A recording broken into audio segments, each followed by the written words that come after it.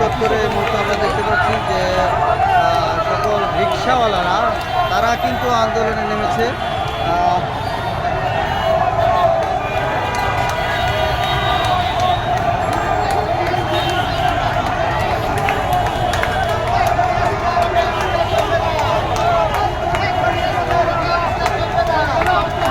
এই মামা, তোমাদের আন্দোলন কি নিয়ে? এই মামা, আন্দোলন কি নিয়ে তোমাদের? ভাই আমরা এখন এই পেট্রোল রিক্সা চালাই, এই অটো রিক্সা, রাস্তাতে অটো রিক্সা নামার পরে আমরা সারাদিনটা 300-400 টাকা ইনকাম হয় ভাই। এতে আমরা রাস্তায় খাবো না, গ্যারেজ ভাড়া দেবো না, সংসারে পাঠাবো টাকা ভাই।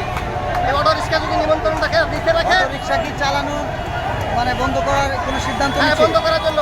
আগে তো নিচে ছিল, আগে যেগুলো ভাইয়েরা কাঠ দিছিল, কাঠ তো দিছিল, এখন তো আর কেউ নাই, এখন তো কোনো কাঠ নাই। ওরা নিচে থাকলে আমরা উপরে থাকলে তো বাসি, এরা এখন সব অটো উপরে উঠতেছে ভাই, আমরা কি করবো ভাই?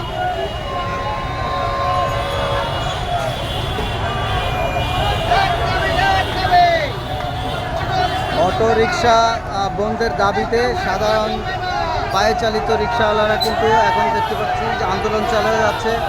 তারা তাদের মতো করে আন্দোলন চালাচ্ছে। এই মুহূর্তে আমরা আছি শাহবাগ চত্বরে।